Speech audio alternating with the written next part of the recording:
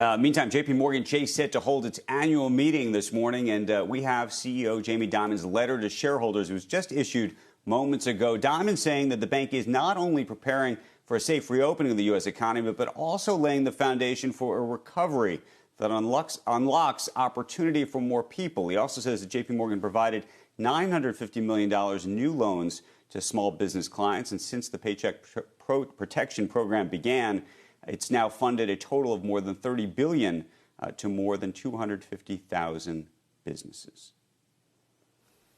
I think that's a big key, Andrew, just how the PPP is rolling out, how the big banks have been active in that, and that's going to be something that people continue to watch. So I think it's worth talking about those numbers every time we hear from one of the big banks that is participating and kind of getting the money out.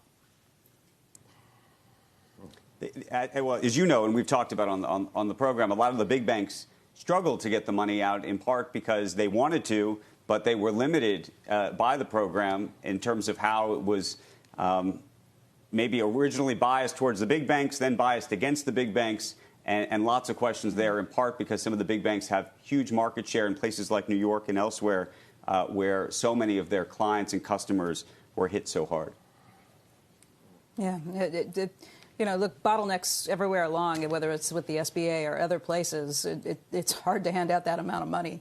But they are trying to get the money out. I was reading today there's also the administration, the IRS, is hiring 3,500 more telephone operators to try and deal with the number of calls coming in from individuals, Americans saying, where's my money? It hasn't landed here yet, or there are some questions about it. So obviously, programs this big, there are going to be some hiccups along the way as people try and just maneuver it and just the mass numbers that we're talking about.